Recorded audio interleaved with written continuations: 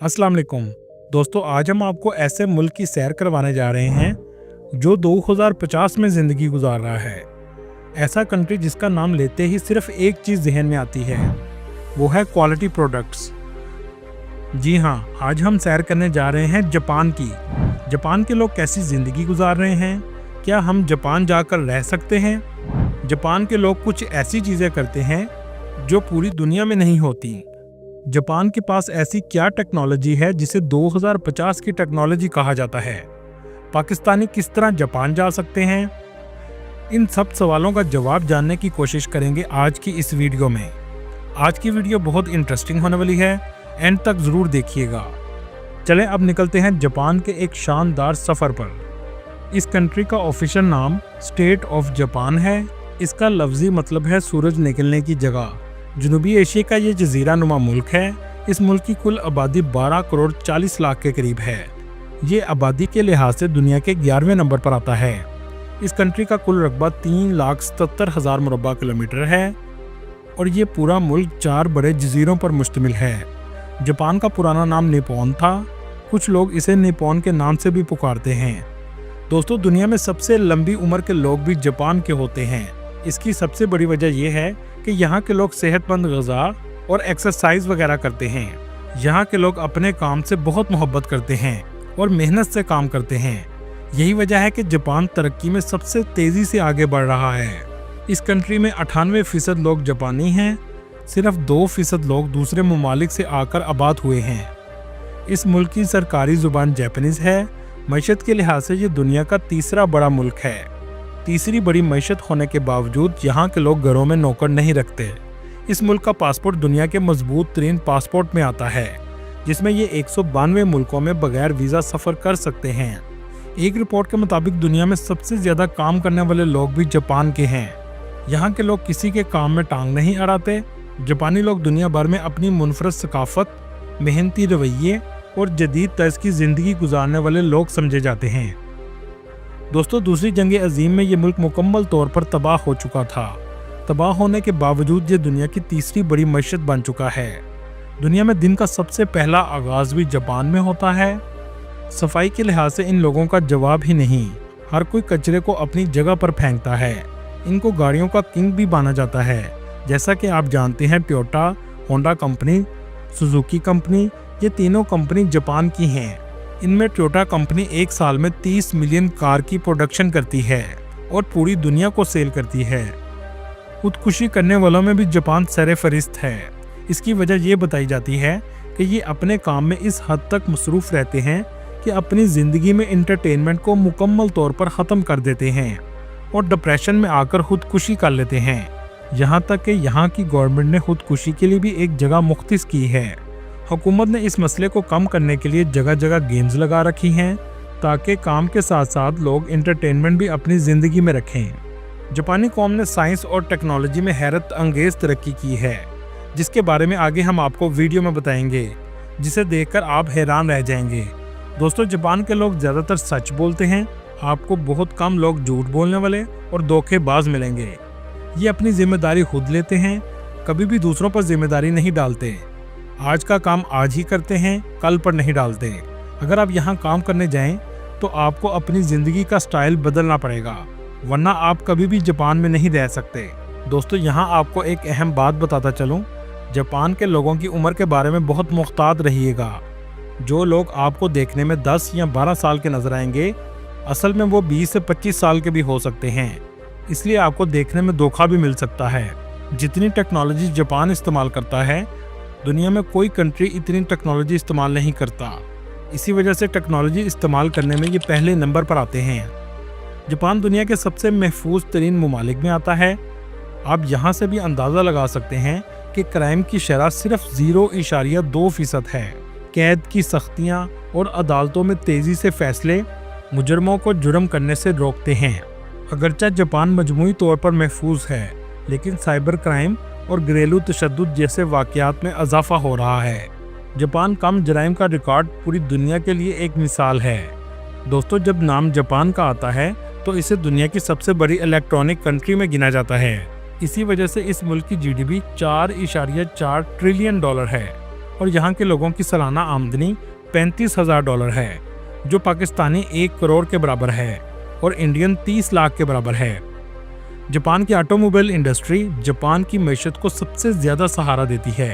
इसके अलावा banking sector और टूरिज्म जापान की मैशत का अहम हिस्सा हैं।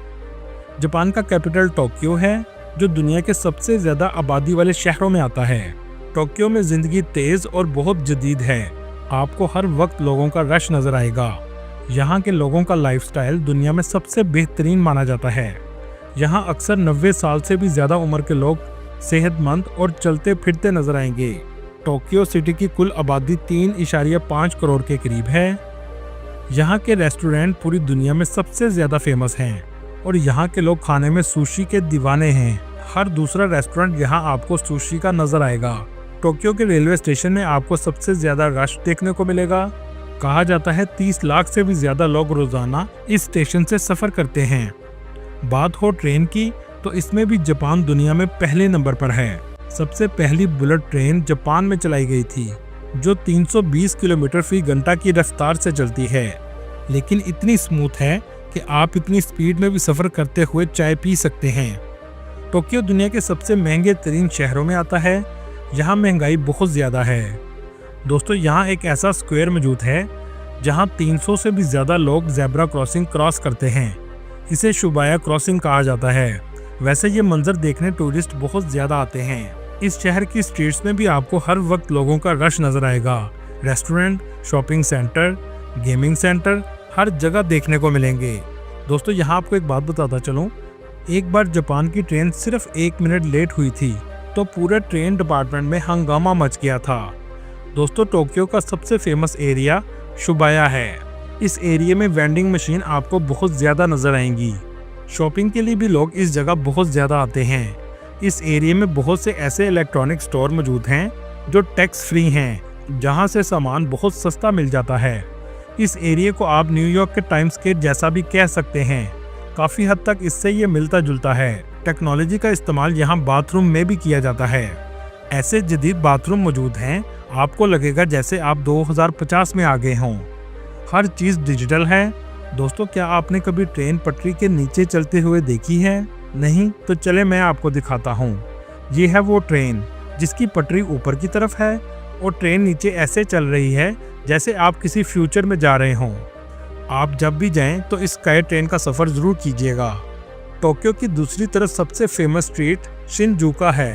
बुलंदो बाला इमारतें, हर तरफ शॉपिंग सेंटर आपको नज़र आएंगे। टोक्यो का रात का नज़ारा तो देखने लायक होता है। पूरी दुनिया में जापान की नाइट लाइफ बहुत फेमस है। ऐसे लगेगा जैसे दिन अब ही हुआ है। वर्ल्ड वार 2 के बाद जापान की बनी हुई चीज़ें दुनिया की सबसे नकम्मी चीज़ें समझी जाती थीं, लेकिन कुछ देर बाद क्वालिटी कंट्रोल सिस्टम शुरू हुआ और जापान की चीज़ों का म्यार बेहतर होना शुरू हो गया। इसमें इस हद तक बेहतरी आई कि सबसे बेहतरीन चीज़ आज जापान की समझी जाती है। इनकी करेंसी की बात करें तो इनकी करेंसी जापानीज येन है, जो पाकिस्तानी 2 रुपये के बराबर और इंडियन 0.98 रुपये के बराबर है। बचपन में आपने सेगा गेम तो ज़रूर खेली होंगी। इस गेम को भी जापान ने ही बनाया था। दोस्तों, इस कंट्री में टूरिस्ट बहुत ज़्यादा आते हैं। 2023 की रिपोर्ट के मुताबिक 20 मिलियन लोगों ने इसका विज़िट किया। ये ऐसा कंट्री है जहां आप कुदरती खूबसूरती, जदीद लाइफस्टाइल और तारीखी मकामात तीनों चीज़ें देखने को मिलती हैं। इसी वजह से ये कंट्री टूरिस्ट की सबसे ज़्यादा अट्रैक्शन की वजह है। दोस्तों, यहाँ आपको कैप्सूल हॉस्टल भी देखने को मिलते हैं। बहुत से टूरिस्ट इनमें स्टे करते हैं क्योंकि यहाँ रहाइश बहुत महंगी होती है और ये हॉस्टल्स बहुत सस्ते होते हैं। जापान की ट्रेन सिर्फ उल्टी ही नहीं चलती, बल्कि इनकी टनल भी बनाई गई हैं जो एक जजीरे से दूसरे जजीरे में पानी के अंदर से गुजरती हैं। टोक्यो से नॉर्थ की तरफ आप सफ़र ज़रूर कीजिएगा। इस इलाके में बर्फ़बारी भी बहुत ज़्यादा होती है और ट्रेन को समुंदर के अंदर से गुजारा जाता है। दोस्तों, आपने डोरेमोन के कार्टून तो देखे होंगे। इन कार्टून का पूरा विलेज में मौजूद है। ये कार्टून भी जापान के हैं। ये गांव टोको आका सिटी के पास है। ये इलाका डोरेमोन के राइटर को ऑनर देने के लिए ऐसा बनाया गया है। जापान के गांव भी शहर की तरह बहुत साफ सुथरे और तारीखी हैं, जिनमें शिकागो और क्योटो सबसे फेमस हैं। यहाँ आकर आप जापान के कल्चर को भी देख सकते हैं और इमारतें भी आपको तारीखी जापानी कल्चर की नज़र आएंगी। दोस्तों चलें अब आपको बताते हैं जापान में कुछ ऐसी चीजें होती हैं जो पूरी दुनिया में नहीं होती। आपने स्ट्रीम बाथ या हॉट बाथ का नाम तो सुना होगा। क्या आपने कभी नूडल बाथ का सुना है?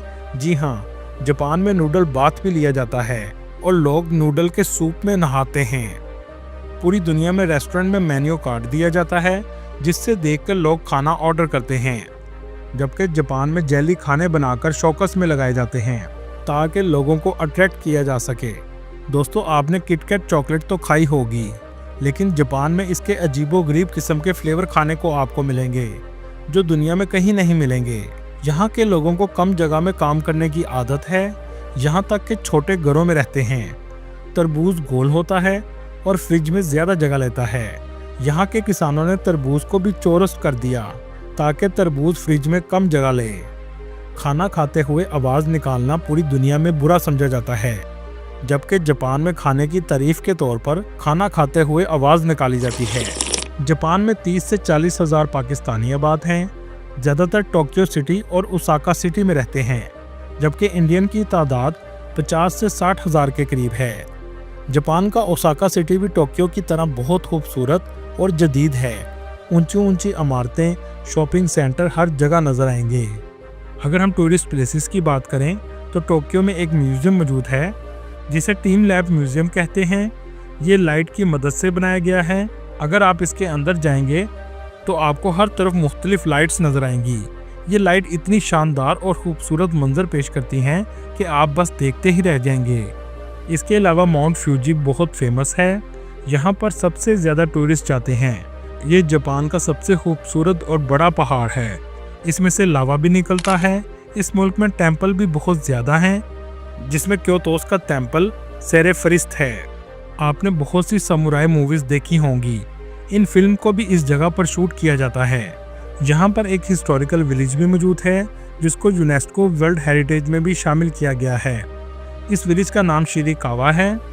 ये विलेज बहुत खूबसूरत और एक अलग ही मंजर पेश करता है।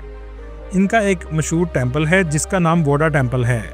इनके मुताबिक बुद्धिज़्म का आगाज़ इसी टेम्पल से हुआ था और इसे फादर ऑफ बुद्धिज़्म भी कहा जाता है। दोस्तों ओसाका कैसल का आप ज़रूर विज़िट करें, जिसका आर्किटेक्चर देखने से ताल्लुक़ रखता है। इस शहर का भी रात का मंजर बस आप देखते ही रह जाएंगे।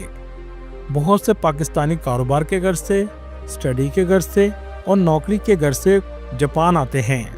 कुछ पाकिस्तानी जापान से पाकिस्तान में गाड़ियाँ इंपोर्ट एक्सपोर्ट भी करते हैं। अगर बात की जाए वीज़ा की, तो अगर आपके पास मास्टर डिग्री या पीएचडी डिग्री मौजूद है तो आप हाईली स्किल वीज़ा पर जापान जा सकते हैं। आपको किसी एजेंट के पास जाने की ज़रूरत नहीं है। तमाम लिंक आपको डिस्क्रिप्शन में मिल जाएंगे। जापान में आबादी बहुत कम होती जा रही है और बूढ़े लोग बहुत ज़्यादा हैं।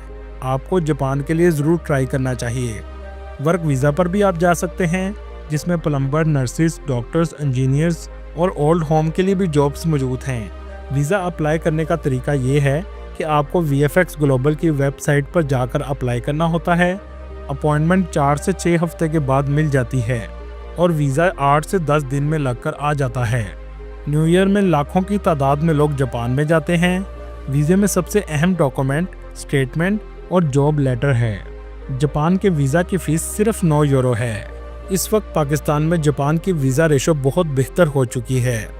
दुनिया में सबसे पढ़े लिखे लोगों में भी जापान आता है, इसलिए इनकी तालीम की शरह 99% है। बेरोज़गारी 4% है। जापान के लोग सबसे ज़्यादा सी फूड पसंद करते हैं। सी फूड में जो डिश पसंद करते हैं इसे सुशी कहते हैं। सुशी एक ऐसी डिश है जिसे कच्ची मछली को सफ़ेद चावलों और सब्जियों के साथ खाया जाता है। ये आपको जापान के हर रेस्टोरेंट में नज़र आएगी। जापान की सबसे ज़्यादा फेमस वेंडिंग मशीन है जो जापान में लोगों का वक्त बचाती हैं। पूरे जापान में 50 लाख से भी ज़्यादा मशीन लगी हुई हैं। इनको रिटेल स्टोर की जगह पर लगाया गया है। खाने पीने की चीज़ें, हत्ता के कपड़ों के लिए भी वेंडिंग मशीन्स मौजूद हैं। इसमें एक कॉइन डलता है तो पलक झपकते ही चीज़ आपके हाथ में आ जाती है। दोस्तों आप तो जानते होंगे कि जापान पर 2 दफ़ा न्यूक्लियर बम से हमला किया गया था। दुनिया में न्यूक्लियर बम का पहला और आखिरी इस्तेमाल जापान पर किया गया था, लेकिन इसके नुकसान से दुनिया नावाकिफ थी। यहाँ तक कि जिन साइंसदानों ने ये तैयार किया था वो भी नहीं जानते थे। दोस्तों ये थी आज की हमारी इन्फॉर्मेटिव और दिलचस्प वीडियो। आपको वीडियो कैसी लगी कमेंट में ज़रूर बताइएगा और नए आने वाले दोस्तों से गुजारिश है हमारे चैनल को सब्सक्राइब और लाइक ज़रूर कीजिएगा। अगली वीडियो तक अल्लाह हाफिज़।